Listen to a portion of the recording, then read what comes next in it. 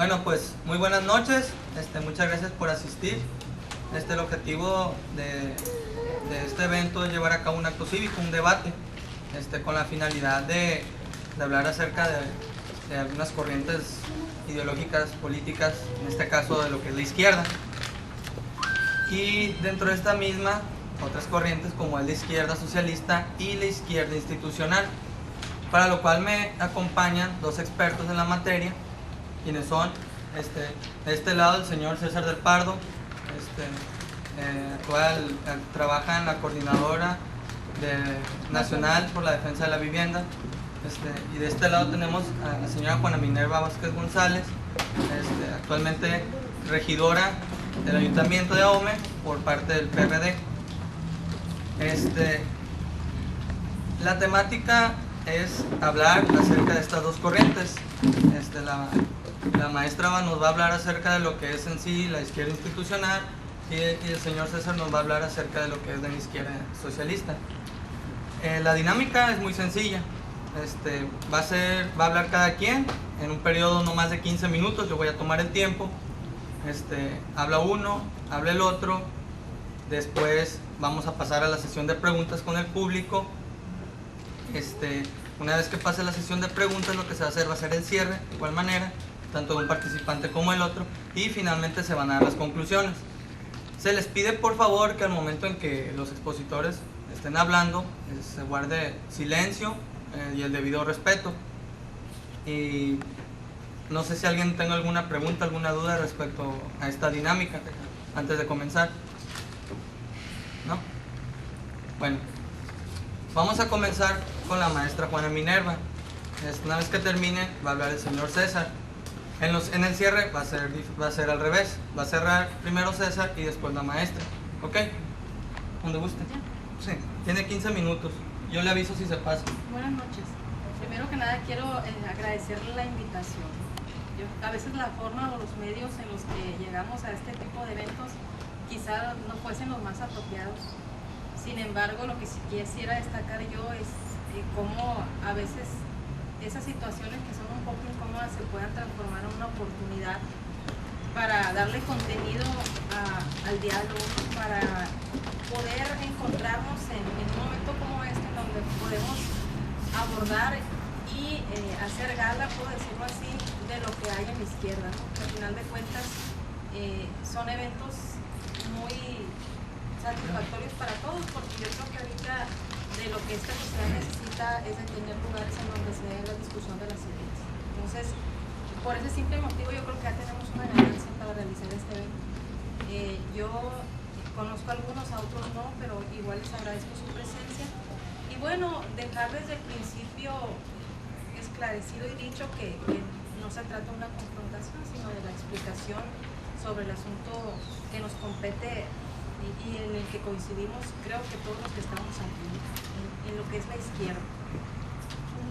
Antes de entrar a hablar sobre este tipo o sobre las corrientes, porque yo más bien sí haría la corrección y diría, no significa que cada quien represente una de las expresiones, porque eso se podría mostrar como un antagonismo. Yo creo que más bien significa darle claridad a lo que cada corriente es en el contexto de la actualidad, cuáles las crisis que presenta cada una de ellas, cuáles son las alternativas que presenta la izquierda y sobre todo, pues yo quisiera iniciar, soy maestra, tengo todo un sistema, ¿no? Soy maestra universitaria para enseñar a mis alumnos de ciencia política, trabajo en la universidad y yo quisiera hacer un recorrido muy rápido sobre la parte histórica de la izquierda. Abordamos generalmente el nacimiento de partidos políticos, cómo se van desarrollando las ideologías, pero en el tema que nos ocupa podemos decir que la izquierda va a representar una idea normativa que nace con la Revolución Francesa, a partir de lo que nosotros podríamos considerar como principios clásicos, ¿no? La libertad, la igualdad, la fraternidad. Sin embargo, también podemos decir que la izquierda desarrolla de cierta manera la concepción moderna de la democracia. Y bueno, hay, digamos, también una piedra angular a través de la cual se desarrolla la izquierda, que es sobre el concepto ideológico de la igualdad. Y la igualdad a su vez puede ser traducida en igualdad política, en igualdad jurídica y en igualdad social. Sin embargo, en lo más que se ha avanzado de la Revolución Francesa hacia acá, podemos decir que es en el concepto de la igualdad política, porque es un tema que se da en casi todas las democracias. Se ha buscado a través de la izquierda avanzar en el reconocimiento de los derechos de las mujeres, por ejemplo, de los grupos étnicos, y hemos encontrado entonces que las sociedades democráticas es en lo que más se ha estado trabajando. Sin embargo, hay un planteamiento de los clásicos o de los iniciadores en la concepción de izquierda, que diríamos que son los marxistas, donde ellos hablan de la concepción de la igualdad social, que sigue siendo una utopía y que sigue siendo una aspiración en la que todavía se trabaja. Es muy importante decir que la izquierda no se puede hablar de ella como algo homogéneo o único, como en todas las agrupaciones, como en todas las expresiones y las corrientes, siempre hay clasificaciones, digamos, o hay tipologías. En la izquierda, en este caso, nosotros podemos hablar de tres tipos de corrientes de izquierdas que se dan. La primera es la corriente de izquierda revolucionaria. Nosotros la podemos identificar de manera más clara cuando pensamos en el comunismo, ¿no? Y incluso la propia izquierda revolucionaria tiene su clasificación. Hablaríamos del marxismo-leninismo, del maoísmo, del trotskismo y del comunismo libertario. Pero lógicamente en el esquema que se da, sobre todo en las primeras disputas de las internacionales socialistas, es el tema de la reforma y la revolución. Cuando se empieza el cuestionamiento del tipo del sistema político y del sistema económico, hay dos grandes posiciones que hasta ahorita todavía son vigentes, ¿no? Aquellos que dicen hay que romper todo de raíz y hay que empezar de nuevo, que digamos que son los revolucionarios, y los reformistas que dicen nosotros como personas de izquierda tenemos que entrarle a la parte institucional y desde adentro empezar a cambiar, ¿no? Porque suena difícil renunciar a la representación política en sociedades en donde la democracia y las elecciones son una realidad que nosotros no podemos desaparecer, y en ese sentido yo diría hasta Andrés Manuel, que es mi líder moral, lo entiende y ha tomado el camino de las elecciones en lugar del camino del azar. Sin embargo, es un planteamiento muy válido todavía, ¿no? El de la revolución. Después tenemos la conceptualización de la izquierda, que es la democrática, o que nosotros hablaríamos ahora como la socialdemocracia, que es una opción. La socialdemocracia también se clasifica en los socialdemócratas, que principalmente están en Europa, y en otra fracción que también se reconoce como el eurocomunismo. Y finalmente están aquellos que, digamos, se salen de la parte de las izquierdas denominadas revolucionarias o socialistas y las institucionales o socialdemócratas, y están los anarquistas, que también se dividen en mutualistas, colectivistas y también tienen comunismo libertario. En esta idea que yo les planteo, lo que quiero decir es que a final de cuentas podemos identificar en el curso de la historia a aquel socialismo utópico o el socialismo real que se hizo presente en lo que nosotros hemos escuchado en Rusia, en la Unión Soviética, y que sin embargo, habrá que decirlo, ni la democracia en sí, ni el propio socialismo de esa época han podido resolver los problemas de los ciudadanos, ¿no? O las necesidades básicas. Y el gran problema que existió es que precisamente en la Rusia, y a eso muchos dicen que es la causa de que ya se haya derrumbado el socialismo, fue la limitación de la libertad. Entonces, ahí digamos que es en esa bifurcación del socialismo de esos años es donde se va a dar este rompimiento que va a dar lugar a estas dos corrientes que podemos clasificar y que ahorita son sobre las que discutimos. O sea, quiénes nos vamos por la revolución y quiénes nos vamos por el asunto de la reforma. Más que ser historia, yo creo que con eso nos quedaría un poquito claro.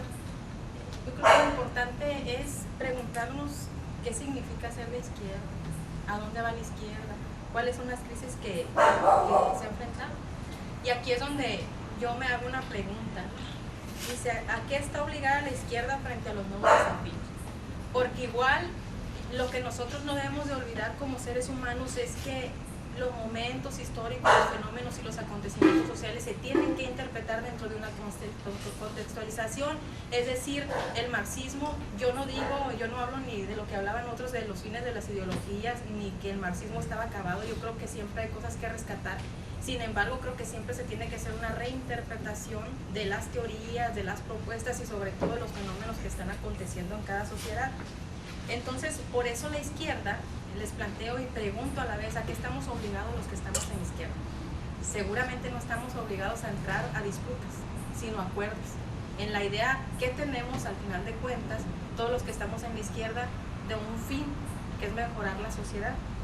En este sentido, yo creo que la izquierda se tiene que replantear el conjunto de valores que le dieron contenido. Yo les hablaba ahorita que la izquierda clásica, de los valores que habíamos manejado, la libertad, la legalidad, la fraternidad.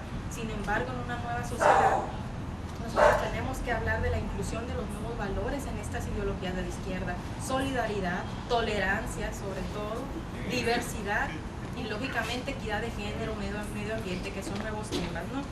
Yo creo que la izquierda también tiene que acordar principios y valores con normas y procedimientos para insertarse dentro del trabajo de la sociedad democrática y principalmente empezar a colaborar en la construcción de sociedades que estén muy basadas o que estén fundamentadas, mejor dicho, en la tolerancia, ¿no? Hay que hacer referencia, por ejemplo, desde mi punto de vista, que es la parte institucional, cómo nosotros podemos empezar a transformar desde el interior del sistema representativo. Y en ese sentido yo voy a rescatar, seguramente ustedes conocen el discurso del 2 de diciembre de 1972 que Salvador Allende pronunció en la Universidad de Guadalajara.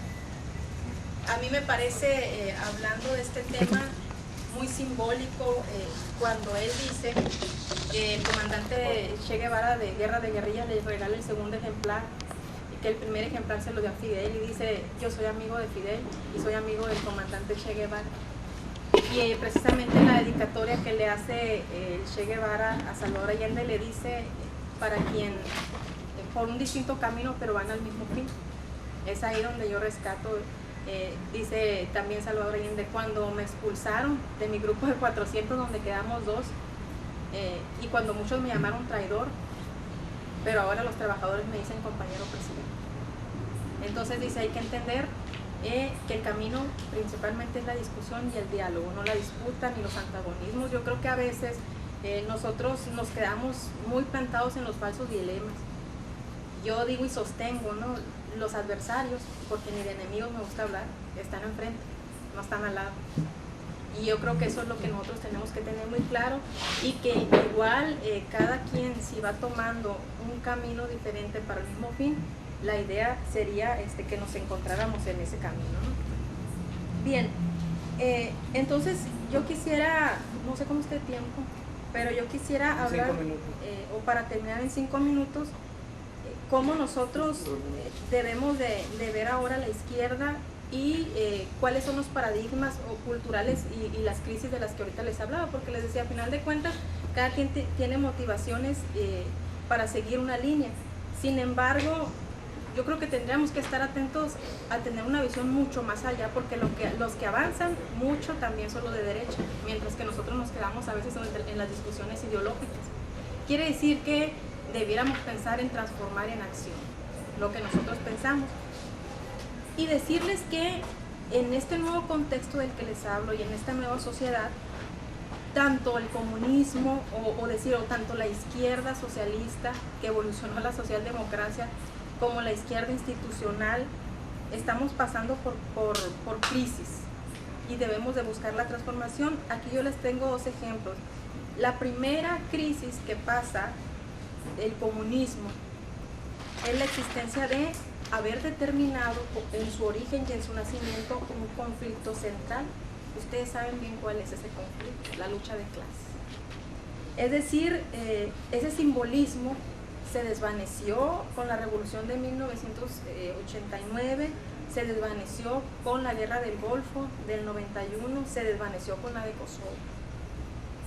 Y esto significa que han aparecido en el mundo nuevas tensiones que van más allá de lo que nosotros colocábamos en la dicotomía burguesa-proletariado. Que por cierto, decir dictadura del proletariado no deja de ser dictadura, ¿no? Y cualquier dictadura no es buena. En ese sentido, les decía, han aparecido nuevas tensiones. Hay un libro muy interesante de Samuel Huntington que se llama El choque de las civilizaciones, donde él nos dice, entre estos nuevos ítems, temas, está la separación del norte-sur, por ejemplo, están las dimensiones políticos culturales, la ética política, la étnico-racial, pensar en el tema de la centralización, la descentralización, legalidad, ilegalidad, etc. Y lógicamente sobre eso, quienes están pensando o quienes son los más estudiosos del comunismo deberían de reflexionar.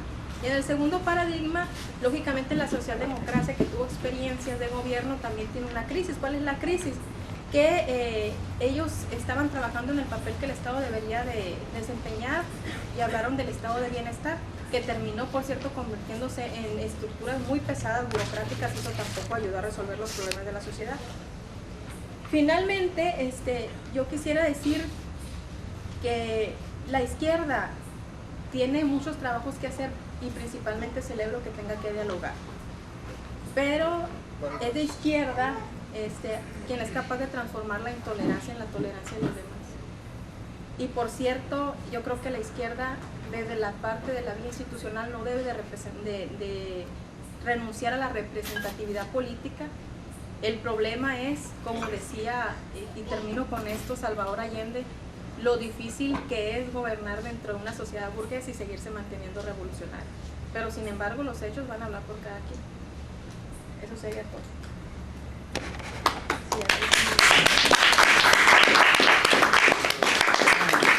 Bueno, le agradecemos a la maestra Juana Minerva.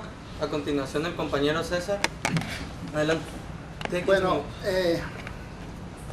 hay una situación que más o menos a veces como que se confunde, ¿no? O sea, a final de cuentas, aquí no es un debate, digamos, academicista, ¿no? Si pudiéramos sintetizar el problema de la izquierda, es una disputa entre el interés público, el interés social y el interés privado, básicamente. El problema de la izquierda es muy complicado porque es muy diverso, hay muchas variantes y hay muchos matices. Pero básicamente, si lo dividiéramos entre izquierda institucional, izquierda revolucionaria o izquierda socialista, ahí entra un problema de método.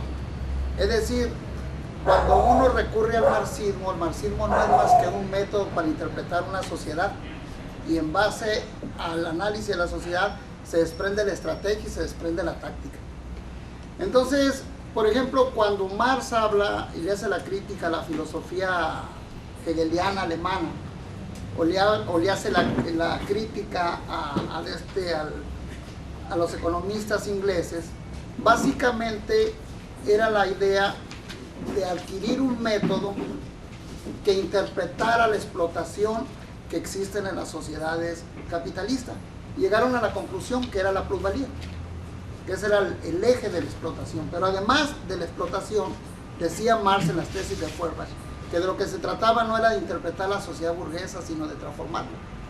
Y entonces, en ese contexto, ellos empezaron a formar organizaciones como la Primera Internacional, los partidos obreros, hicieron ensayos como la Comuna de París, y así sucesivamente. Entonces, el marxismo como método de interpretación y como una guía para la acción, empezó a crear una cierta hegemonía a nivel internacional, y así llega del siglo XVIII al siglo XX con la Revolución Rusa que se da en 1910. ¿Cuál fue el problema de la Revolución Rusa en 1910? Que los bolcheviques pudieron interpretar bien la realidad de Rusia y pudieron crear un instrumento de cambio como era un partido revolucionario, y tomaron el poder. Cuando ellos toman el poder, empieza, después de la muerte de Lenin, una revisión de lo que es el marxismo, porque la Revolución de Octubre empezó con todo el poder a los soviets.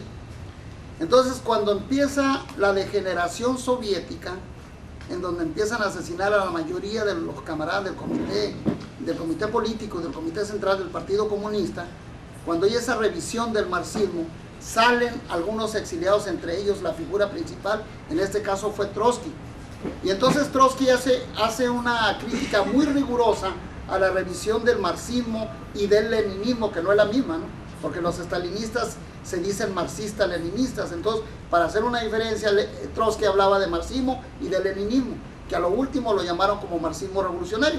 Entonces, Trotsky empieza haciendo una defensa del marxismo, básicamente en una cuestión fundamental. Decía Trotsky: todo el poder a los soviets. El problema de la Revolución Rusa era el problema del poder, pero no solamente era el problema del poder, sino era el problema de la vigencia del paradigma socialista. Y la vigencia del paradigma socialista se ve accidentada cuando se cae la Unión Soviética. Entonces, si uno saca cronológicamente los cambios que se dan en la Unión Soviética, o sea, yo estoy ahorita aplicando el método marxista, ¿no? O sea, estoy analizando los sucesos históricos a partir del método marxista. Entonces, a partir del método marxista llegamos a la conclusión que las huelgas empiezan en Polonia en 1982 y se empiezan sucesivamente como castillo de naipes hasta caer el muro de Berlín en 1988, para hablar de un término cronológico convencional. Y entonces cuando cae, al mismo tiempo que cae, si uno le saca más o menos las cuentas, empieza a haber un ascenso del nacionalismo en México, pero también del neoliberalismo. Fue cuando se dio el fraude contra Cárdenas. Entonces, cuando se da el fraude contra Cárdenas, empieza un auge de una nueva corriente a nivel internacional que hoy se conoce como el neoliberalismo. ¿Cuál es la importancia de analizar el neoliberalismo? Que las corrientes que se formaron en el paradigma socialista fueron a institucionalizárselo, se lo llevó el neoliberalismo. Por eso la burguesía mexicana podía presumir que el Estado era democrático, que había derecha, había izquierda y había centro. Incluso cuando hablaron a Bejarano con la Liga, decía, no, el Estado burgués es democrático, tenemos derecha, tenemos centro y tenemos izquierda, y también es corrupta, no hay ningún problema, o sea, podemos convivir todos aquí.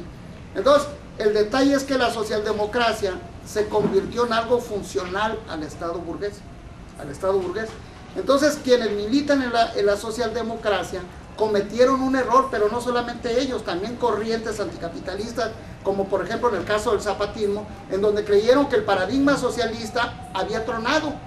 Entonces llegaron a la conclusión que el marxismo era obsoleto, que no servía, pero no solamente la institucionalidad, sino que el zapatismo. Hay una tesis de John Honeway que llama cómo tomar el poder, cómo mandar obedeciendo, es decir, cómo crear movimientos desde abajo para que la burguesía mande en las demandas que ellos hagan, en las demandas que ellos tienen en base a la movilización social, sin necesidad de tomar el poder porque la vía estatista ya había fracasado. Entonces, cuando llegas a la conclusión que la vía estatista había fracasado, quiere decir que vas reconociendo que el estalinismo que había en la Unión Soviética o en el mal llamado campo socialista, pues entonces llegas a la conclusión que ese era el marxismo, sin tomar en cuenta que en realidad eso no era el marxismo, era una revisión del marxismo. Entonces, cuando tú llegas a la conclusión que el marxismo era obsoleto y que había fracasado en la Unión Soviética, es un error fundamental. ¿Y por qué es un error fundamental? Porque entonces tienes que ver cuál es el punto de partida. Porque si nosotros nos fuéramos a una cuestión básica, por ejemplo, para decir que el marxismo y el programa socialista ya no tiene vigencia, tendría que comprobarse que esa teoría, por la vía de los hechos, se comprobó que no es operante. Entonces, en base a eso, construyes otra teoría. En este caso no se dio porque hubo un accidente histórico que no permitió que existieran los consejos obreros, lo que bien llamaba Carlos Marx en esa etapa de transición entre el capitalismo y el socialismo, que se llama la dictadura del proletariado, que no es cierto que todas las dictaduras son malas, depende de quién tenga el mandato, ¿no? Por ejemplo, no es lo mismo que en México 38 personas tengan una dictadura de hambre contra 110 millones de mexicanos, y que cuando de los 110 millones de mexicanos generen mecanismos de control para que la economía se dicte de acuerdo al interés general, pues la conclusión, si tú crees que eso es un problema de civilización, por decirlo de la manera más curiosa, pues es un error de interpretación y de aplicación en lo que se conoce como la democracia. Por lo pronto, el marxismo no ha sido aplicado en su plenitud en ningún país del mundo. Por lo tanto, ha habido ensayos de la aplicación del marxismo, pero no ha habido, en la cuestión del poder, fundamentalmente el marxismo nunca ha hablado que el poder era para un partido, ni que el poder era para un hombre, o las dinastías chistosas como que hay en Corea del Norte, donde el abuelo se muere, queda el papá, se muere el papá y queda el hijo. Pues esa es una idea del estalinismo. El marxismo y Lenin y la revolución bolchevique se hizo con todo el poder a los soviets, es decir, a los consejos obreros. Entonces, cuando muchos creen que la idea del neoliberalismo era una situación novedosa, que era lo real, que lo otro se terminó, entonces empiezan a tomar actitudes que sin querer son burguesas. Por ejemplo, si uno checa básicamente, si tú te das cuenta, por ejemplo, en donde quiera que gane el PRI, el PAN o el PRD, básicamente no cambia la composición orgánica del capital, porque se convierte en una parte superestructural del Estado burgués. Por eso la gente comúnmente dice, son los mismos los del PRI, los del PAN y los del PRD, porque efectivamente son los mismos. O sea, estructuralmente no cambia absolutamente nada. La composición orgánica del capital queda intacta tal como queda.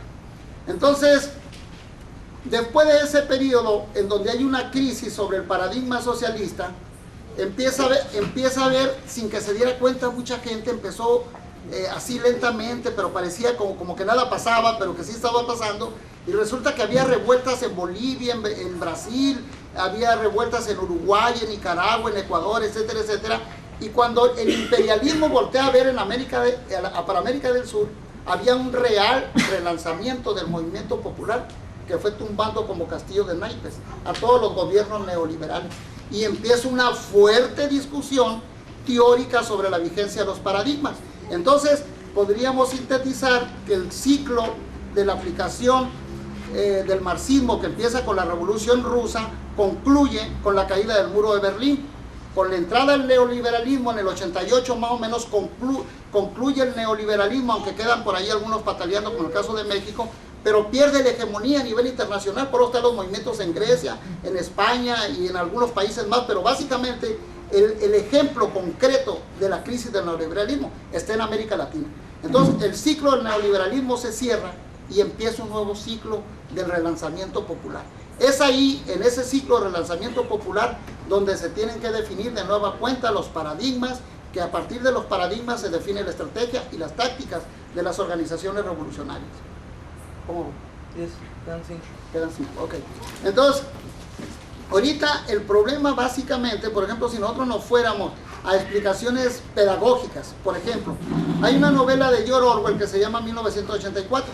Esa novela de George Orwell la hizo en 1956 y le puso 1984.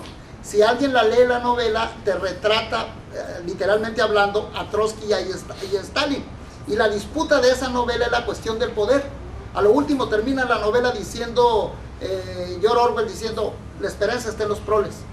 O sea, había una posibilidad, había una crítica ya muy profunda del método stalinista, pero además hay un libro magistral de León Trotsky en donde decía que la revisión que sufrió el marxismo en la Revolución Rusa, si no había un cambio con una revolución política, esta necesariamente tendría que regresar al capitalismo por las mismas contradicciones que estaba generando la burocracia, como al final de cuentas pasó, ¿no? O sea, hubo un regreso al capitalismo, hubo una contrarrevolución. Sin embargo, como lo digo, termina ese ciclo, empieza otro ciclo y ahorita estamos en un nuevo ciclo, que es el relanzamiento de la lucha popular. Aquí la bronca, por ejemplo, en el caso de México, habría que ver quiénes van en la dirección correcta, no solamente en la organización, no solamente en la defensa, si es la izquierda anticapitalista o socialista o si es la izquierda institucional. Daría un solo ejemplo, por ejemplo, el papel que juega la institucionalidad. Hay una conferencia por ahí que dio el comandante de la FARC que se llama Iván Márquez. Y decía Iván Márquez, aquí el problema de Uribe y demás, dice, es que se están entregando las minas, hay una campaña fuerte con la educación gratuita, quieren titular la tierra. Pero si uno checa el discurso de Iván Márquez, es medio curioso, porque la titularidad de la tierra fue precisamente lo que hicieron en México, pero en 1982, con la reforma al artículo 27. Entonces, aquí, ¿por qué resalta esa importancia? Porque implica que un movimiento guerrillero y un movimiento popular detienen y son más efectivos en las demandas neoliberales que la política, por ejemplo, de los partidos institucionales. En el caso de México, por ejemplo, en las 3 partes que ha habido fraudes, los del PRD se han vendido, las 3 partes, en las 3 partes. Y ahorita los gobernadores del PRD también fueron a reconocer a Calderón y no hay ninguna posibilidad de tener una resistencia en los hechos, porque la institucional absorbe, tiene sus normas, tiene sus reglas que no están dentro del contexto de la lucha de clases. Nosotros como marxistas seguimos creyendo que el método marxista es un método válido de interpretación de la sociedad. El método marxista es una teoría eficaz para transformar la sociedad y nosotros creemos que el método marxista es el instrumento más riguroso para hacer un análisis radical del capitalismo y que no tiene absolutamente nada que ver con la confusión que tienen, por ejemplo, el Izquierda Institucional o que tienen los compañeros como el Zapatín, para decir. Gracias.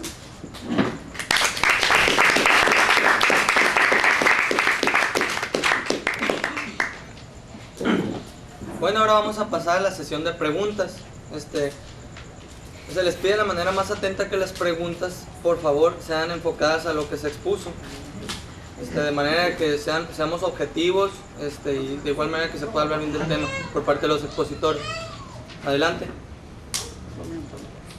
Conforme a la por ejemplo, lo que dice el del discurso de Iván Márquez, ¿cómo ven ustedes que, por ejemplo, aquí ya en lo concreto, el gobernador, por ejemplo, Maloba, cuando era presidente municipal, violó unos decretos federales y ahorita están talando todos los mangles ahí por unas cuestiones que ecológicamente no están bien? Entonces hay arreglos a muchos niveles. Y cómo puede ser, por ejemplo, ahí sería para la izquierda institucional, cómo, por ejemplo, se fueron con alianza con esta persona y a lo mejor, yo no creo, la verdad, que no supieran ese tipo de cosas, pues. Pero está ese caso, o está el caso de las minas acá, que ya están saliendo peces muertos en el río. Entonces, yo veo que la institucionalidad sí está, pues, fuera de la realidad, en ese sentido muy concreto, o a lo mejor que está haciendo el partido, el PRD o PT, que son izquierda institucional, contra ese tipo de acciones que a lo último vienen a derrotar la estructura económica, porque la estructura económica se basa en la naturaleza. Y entonces la naturaleza tiene también sus mecanismos de propio reabastecimiento que están siendo truncados por parte de pingües beneficios que están obteniendo, por ejemplo, un gobernador que ha hecho alianza con el PRD. Entonces, por ejemplo, y la pregunta sería para acá, ¿cómo esa situación, porque yo lo que veo, pues, que no ponen trabas, cómo esta situación en el movimiento popular podría resultar para sacar fuerzas y combatir eso que es de necesidad primordial, porque esas aguas riegan toda nuestra comida, con ellas nos bañamos y todo, y son aguas sumamente contaminadas y que han sido concedidas con el beneplácito también de los legisladores del PRD. No, hay algunos pues que no, pero en sí ya la manzana ya está muy hecha a perder ahí. Esa sería mi pregunta. Adelante. Primero, no se puede hacer una defensa a ultranzas para tratar de imponer la razón. Con lo cual quiero decirte que no significa que yo vaya a defender todo lo que la izquierda institucional hace, porque nadie es perfecto y porque hay cosas que están mal. Por eso yo en mi exposición estaba hablándote de crisis, porque hay cosas en las que hay que redimensionarlas y reflexionarlas. Esa es una primera parte, ¿no? La segunda es, sí, fuimos en alianza con Maloba. Yo soy política y soy politóloga y lo dije, ¿no? Y a mí lo que me queda claro es que también debemos que diferenciar en la parte electoral y en la parte de gobierno. Cuando hablábamos de no renunciar a la representación política, yo quiero decir que tenemos que tener la capacidad y la visión para intentar desde el poder empezar a cambiar ciertas cosas. El problema, también lo comenté, lo decía Allende, ¿no? El problema es entrar y perder la noción de lo que tienes que hacer. Fuimos en alianza con Maloba porque queríamos una alianza electoral en donde pensamos que el PRD podría incidir en las políticas de gobierno. ¿Cuál es el gran error que cometimos a nivel institucional y como partido? Haber pactado una coalición electoral y no una coalición de gobierno, que es distinto.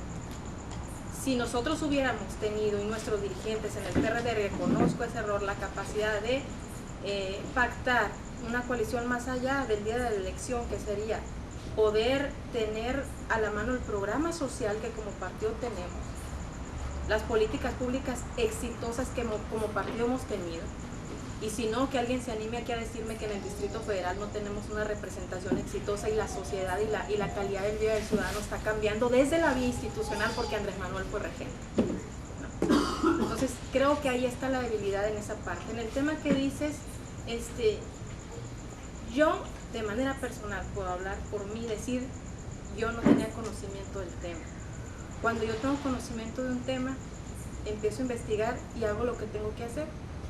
El problema de la izquierda socialista, de la que se mantiene desde afuera en el movimiento popular, es criticar y no actuar. Yo digo, si usted como ciudadano tiene conocimiento, no crea que no le va a hacer caso a nadie. Yo sí le voy a hacer caso. Yo siempre he dicho, aquí tiene que haber una coincidencia. Y yo aprecio que existan ciudadanos informados y que tengan elementos, y les digo, tráiganmelos, porque si creen que su voz no cuenta, a lo mejor su voz con la mía sí va a contar. Pero hay que ir más allá de la crítica. O sea, vamos aprovechando, y lo digo en este escenario, ¿no? El encuentro, la coincidencia en el asunto social en la parte de la izquierda, y vamos trabajando en que ese movimiento popular tenga voz. Aquí lo que yo quiero dejar dicho es que no hay tal dilema de contra o de versus como se quiere hacer ver. Y se lo dije algún día a César, ¿no? Lo que pasa es que a veces discutimos en la parte de los métodos. Tal vez mi método o mi manera de actuar no sea la que complazca totalmente, pero en ese sentido, si hay aquí una lucha social, si aquí hay un movimiento y una participación ciudadana que está informada y que tiene, sobre todo, elementos, por supuesto que aquí van a tener voz. No quería hacer una aclaración sobre eso. Mire,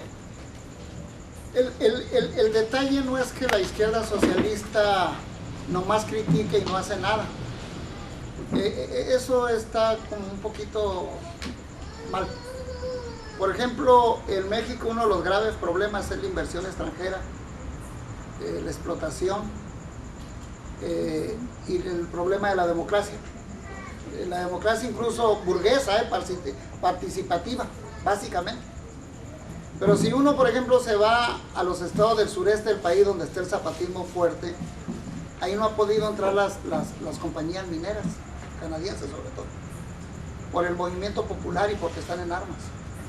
Por ejemplo, los compañeros de Atenco evitaron que les quitaran la tierra, pero no por los diputados institucionales del PRD, sino por la movilización social. Incluso la libertad del compañero de Atenco fue por la movilización social.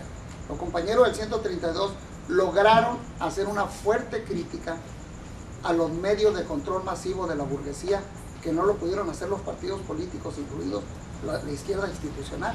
Pero, por ejemplo, en el caso de Mochis, para hacer un ejemplo más concreto, nosotros evitamos que la burguesía urbana pudiera tener una ganancia exorbitante con las casas, y afectamos incluso al presidente municipal, al secretario, y si yo me fuera a un término riguroso de lo que es la composición orgánica del capital, nosotros los obligamos en base al movimiento, los hicimos perder millones de pesos, pero eso no lo hicieron ningún regidor del PRD, ni lo hizo del PT, ni lo hizo la gente.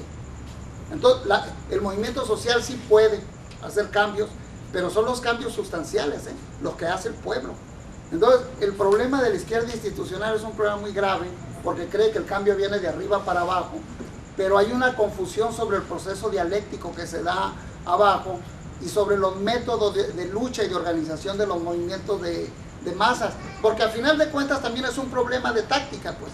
El problema de táctica consiste en eso. Por ejemplo, nosotros no nos opondríamos a que hubiera regidores, por ejemplo, en el ayuntamiento de Mochis, pero sí sería muy bueno que el regidor, si está de acuerdo con la izquierda radical, por decir algo, dijera: yo soy la voz de los solicitantes de vivienda, y entonces la lucha cambiaría, porque ya no sería una lucha, digámoslo, parlamentaria interna institucional, sino que sería extraparlamentaria, porque estuviera agarrando las demandas de la población y las mete a cabildo.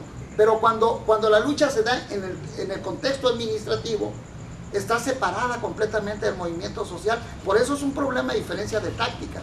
Y si nos lo llevamos más a fondo, ese es el problema de la socialdemocracia, pues, que creen que ya dan por terminado el problema de la lucha de clases, o que es antiguo, y que los instrumentos y los recursos de las organizaciones populares también son pasados de moda, por decirlo de alguna manera. Bueno, tratemos de ser más flexibles tanto como en las preguntas como en las respuestas, ¿no? Para los dos, ¿no? Tú y primero. Bueno, yo quería hacer una pregunta en relación con esto. Estamos viendo en los países de Europa y aquí mismo, hace algunos meses, ciertos conflictos que evidencian la cuestión esta de la lucha de clases. En Europa, en España, que es un partido socialdemócrata, ha tomado ciertas medidas que están muy de cuestionarse. en relación con si favorecen a la clase obrera, a la clase trabajadora. En Grecia también eran socialdemócratas. Bueno, si ahora venimos y vemos aquí en México y vemos el actuar, por ejemplo, en Guerrero, donde el PRD se fue por coalición también y asesinaron hace un año a estudiantes a sangre fría y no hubo una manifestación enérgica por parte del gobierno ni por parte del partido. Entonces, en ese sentido, y ya que hablan del actuar político, cuando mencionamos que finalmente las acciones como la de zapatismo y como las de Tenco han sido más contundentes en cuanto a evitar que se den ciertos abusos, cierto acaparamiento de los recursos. En ese sentido, vemos que favorece más la acción a las clases trabajadoras, a los de abajo. Bueno, a lo que yo es esto, por ejemplo, y de acuerdo al texto que usted nos dio, podemos hablar de que hay un verdadero actuar de izquierda por parte de la socialdemocracia, a lo que hemos visto aquí en México y en Europa. Y además, otra cuestión, ¿usted cree que de verdad ya no es vigente esta noción de la lucha de clases, tomando en cuenta que la cuestión de la lucha de clases se define por Marx analizando los medios de producción y que él dice que no son las únicas clases, pero que dice que ahí está el conflicto? Entonces, ¿hay una vigencia o no de ese concepto? Y el actuar de los partidos socialdemócratas es o no izquierda, a como hemos visto. Yo no dije que no era vigente, dije que se había desvanecido como conflicto central. Eso es totalmente diferente. Aclaro. Dije también que habían surgido nuevos temas y que esto estaba más allá de la sola central lucha de clases. Y hablé del medio ambiente, comenté sobre los movimientos feministas, sobre los movimientos étnicos raciales. Yo digo, ya no es el conflicto central. Claro que tenemos problemas con la clase obrera, pero tampoco es la solución. Y ahí sí yo no coincidiría cuando dicen que no es malo la dictadura del proletariado, o así entendí. Yo mejor retomaría lo que decía el compañero César, ¿no? El problema está en el poder. O sea, y lo anoté y en esa parte tiene mucha razón. O sea, cómo el gran peligro es al llegar al poder por parte de la representación, e insistía, ¿no? Perder la visión sobre el objetivo principal, ¿no? Y sobre la idea del ciudadano y de estos nuevos sujetos sociales también. Entonces, en esta parte hago la aclaración, y en la otra decía también que había una crisis de la socialdemocracia y que no voy a hacer una defensa de que todo está bien, hay muchas cosas que están mal, pero también creo que no podemos ser extremistas y decir que solo los movimientos sociales han cambiado este país. Pues así lo dijo la Revolución Mexicana. Aquí nosotros vimos que, por cierto, la Revolución Mexicana no es cierto que es una revolución de la gente más desprotegida, es una revolución de la clase media, y se da porque Madero no puede ni tiene condiciones para competir electoralmente con Porfirio Díaz. Por eso retoma las ideas de Zapata, las ideas de Villa, y él como clase media, como terrateniente afectado porque Porfirio Díaz estaba trayendo inversiones extranjeras de Europa principalmente.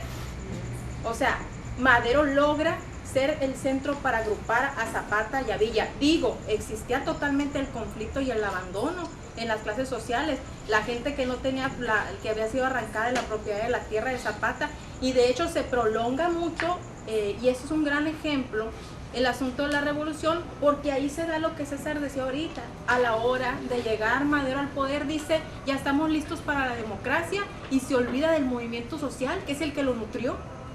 No es colocar en el centro, insisto, la disputa entre lo que es la lucha popular y lo que es la representación institucional. De hecho, ese es el gran problema, que no hemos tenido la capacidad de vernos y de entendernos y sincronizarnos para la acción. Yo digo, no es válido solo criticar, pero tampoco digo que no hagan nada. Lo que creo es que no tiene el mismo resultado que cada quien haga las cosas por su lado. O sea, es cierto que te decía, Atenco y las luchas sociales que han mencionado, pero acuérdense que en este país en 1977 se da la primera reforma política a través de la LOPE, que es una ley electoral. Tampoco hay que ser tan extremistas y decir que la institucionalidad no es válida o no sirve o no es efectiva, porque quienes, si no son los mismos diputados y senadores que de manera gradual van haciendo las reformas políticas en nuestro país y que se permitió que más o menos, no en igualdad de condiciones, pero que ya se pudiera trabajar por la vía de la lucha electoral. Si eso no fuera bueno, pues yo digo, Andrés Manuel no hubiera competido 2 veces. Si hasta Andrés Manuel, yo también me pregunto en el curso de la historia, vamos a 1988, el gran fraude, es el mayor, es más, yo digo que es mayor que el de Andrés, el de Cárdenas, porque fue totalmente burdo. ¿Por qué el ingeniero Cárdenas, que también es un gran líder moral, no tomó las armas? Si tenía gente para hacerlo, tenía la capacidad, porque entendió que había que buscar cambiar por la vía institucional. Insisto, no significa desaparecer el movimiento social, lo que pasa es que el movimiento social solo peligra más. ¿Por qué? Porque ahí sí puede pasar o pasa lo que tú dices, que de repente al estar acá el movimiento social y al estar la representación política acá, que donde cada quien somos seres humanos y cada quien puede cambiar o desviar el rumbo de su actuar, pues puede servir a los intereses de esto. Hay que amarrar los dos movimientos, hay que amarrar la institucionalidad con la lucha política, con la parte del movimiento popular, no plantearlo como el que este sirve y este no sirve. Los dos movimientos se necesitan, si no, pues la derecha va a seguir avanzando, aprovechando que hay una gran disputa o un desacuerdo entre lo que es el movimiento político de la lucha y lo que es el movimiento institucional. Yo creo que sería un error plantearlo así, o sea, no hay cualquier extremo, pudiera ser muy malo. Sí, lo que pasa es que hay un error de principio, hay un error. El hecho de que haya un movimiento social no quiere decir que no sea un movimiento político y que no esté planteando incluso la toma del poder político. El problema es la táctica. Y a mí me pareció muy correcto que Juana Minerva diera el ejemplo de Cuauhtémoc Cárdenas, de López Obrador, que lo voy a decir entre paréntesis: yo no tengo dioses en el cielo, menos en la tierra.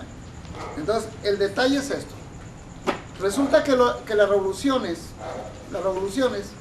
generalmente se han dado así. Ha habido un caso curioso, ¿no? Por ejemplo, la Revolución Rusa empezó con Kerensky, pidiendo libertades democráticas, elecciones, etcétera, etcétera. Pero también pasó lo mismo en México.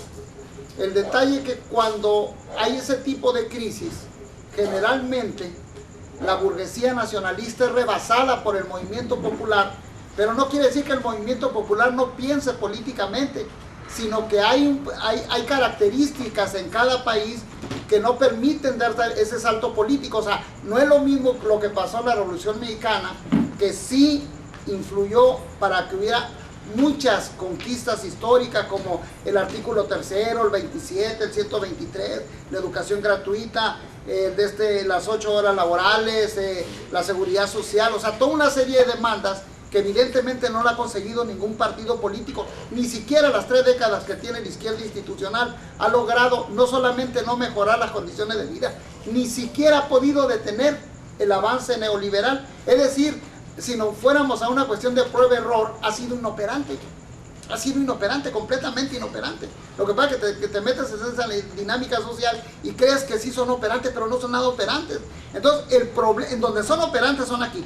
Por ejemplo, cuando el 88, efectivamente la gente quería aventarse, pero no se pudo aventar la gente porque la política de los nacionalistas, porque son burgueses, tiene que ser funcional.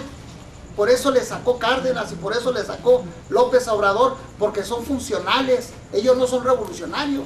Entonces al Estado burgués les juegan un papel funcional al Estado burgués, por eso mediatizan la ira popular. Y es ahí donde está la tarea de las organizaciones revolucionarias, radicalizar esos movimientos, porque los movimientos es la única garantía de cambiar el estado de cosas. No puede ser de otra manera, porque la burguesía no entiende, son mentiras, le hicieron fraude a Cárdenas, se lo volvieron a hacer a López Obrador y lo volvieron a hacer esta vez, porque no va a ceder, no va a ceder. Entonces, todo el tiempo los movimientos sociales, incluso si uno voltea en América Latina como Bolivia, Venezuela, Ecuador, etcétera, etcétera, en realidad son cambios de forma de gobierno, ni siquiera ha cambiado el Estado. O sea, siguen siendo estados capitalistas con gobiernos populares, pero el problema es que en esencia sigue siendo un Estado burgués. Pero hay un amplio movimiento popular que la burguesía se ha visto obligada a ceder el poder político. pero no la estructura del Estado, lo que es un Estado, entendiéndolo como un territorio, población, medio de producción, etcétera, etcétera. Entonces, efectivamente, o sea, aquí hay un problema muy sencillo, hay una diferencia táctica y estratégica entre la izquierda socialista y la izquierda institucional, pero reitero, ¿no? La izquierda socialista que está involucrada en el movimiento social tiene una perspectiva política muy clara, perfectamente clara, ahora yo supongo que Juana Minerva nos quiere decir que ese sector de la izquierda socialista debería de ver cómo se enlaza con la izquierda institucional y no pelearnos. Pues sí, pero el problema es que a veces hacen lo que hicieron con los zapatistas, ¿no? Cuando se hizo la cuestión de la ley Cocopo, que al final de cuentas fueron apoyando al gobierno burgués, y resulta que la aprobaron y la reformaron, ¿entiendes? O sea, pero al interés del Estado burgués. Entonces, pues ¿cómo vamos a llegar a acuerdos así? Entonces, okay. ¿Alguien más? Yo, pero no es una pregunta englobada para los dos, es una para cada uno, ¿sí se puede hacer? Sí, adelante. Bueno, primero a la regidora Juana Minerva. ¿Usted cree que el PRD sigue siendo de izquierda aun cuando aceptó un presidente impuesto? Y aquí al señor César, usted está luchando contra la burguesía, pero ¿cómo quiere luchar contra ella aceptando ayuda o dinero de ellos? El PRD sigue siendo un partido de izquierda, porque decía Weber que los hombres son efímeros y las instituciones eternas. Como institución, el partido sigue siendo de izquierda. Creo que, hablando de las crisis nuevamente, se han caído muchos errores y sin embargo, dentro de la vía institucional, lo que nosotros debemos de tener claro es que para la convivencia en las sociedades democráticas existen reglas. Por ejemplo, yo te pudiera decir, para aclarar, que bastante indignada he estado todo el tiempo. Yo tampoco tengo dioses, pero reconozco el trabajo de hombres que son líderes, como el caso de Andrés Manuel y del ingeniero Cárdenas. Y he estado muy indignada, decía, porque nos han robado o han comprado las elecciones en los momentos en que ellos han competido. Pero no he estado de acuerdo cuando Andrés Manuel, por ejemplo, pasada la elección y robada, fraudeada y perdida, se pone a cuestionar otra vez el asunto de los medios, se pone a cuestionar otra vez el asunto del Instituto Federal Electoral, otra vez el financiamiento de las campañas, porque creo que él tendría que haber hecho una evaluación y decir, estas son las condiciones, él aceptó jugar con esas reglas. Y como quiera que sea, robada, fraudeada, comprada, la perdió. Esa es la parte de la institucionalidad que nosotros tenemos que comprender. Igual cuando tú vas a la universidad, sabes que tienes reglas que cumplir, que no vas a hacer lo que quieres. Si no te gusta, no le entres. Entonces, aquí hay una regla de democracia mayoritaria que hay que tener muy claro, ¿no? Es legal, pero no legítima. Es legal porque cumple con las normas, porque cumple con los procedimientos, pero no es legítima porque nosotros no la aceptamos y sabemos que las cosas no se hicieron de manera correcta. Entonces te contesto, el PRD sigue siendo de izquierda porque los dirigentes a final de cuentas tienen que aceptar esas reglas que se dan en la democracia. Y si no quisiéramos esto, pues hay que hacernos anarquistas. Y eso yo creo que nos tiene que quedar muy claro. Gracias. Ahorita voy a contestar tu gran preocupación. El problema de los cambios sociales, ¿sí? no es un problema del sujeto, sino de las masas. O sea, no es por Andrés Manuel, no es por Cuauhtémoc. Todos los movimientos sociales históricamente los han hecho las masas. Entonces, ese es un problema de interpretación básico porque es una cuestión de táctica. O sea, las organizaciones revolucionarias tienen tácticas y la izquierda institucional también tiene su táctica. Entonces, para nosotros lo fundamental es construir organizaciones de masas, y a la institucionalidad le dan, fíjate, pero hay una cosa muy chistosa, ¿eh?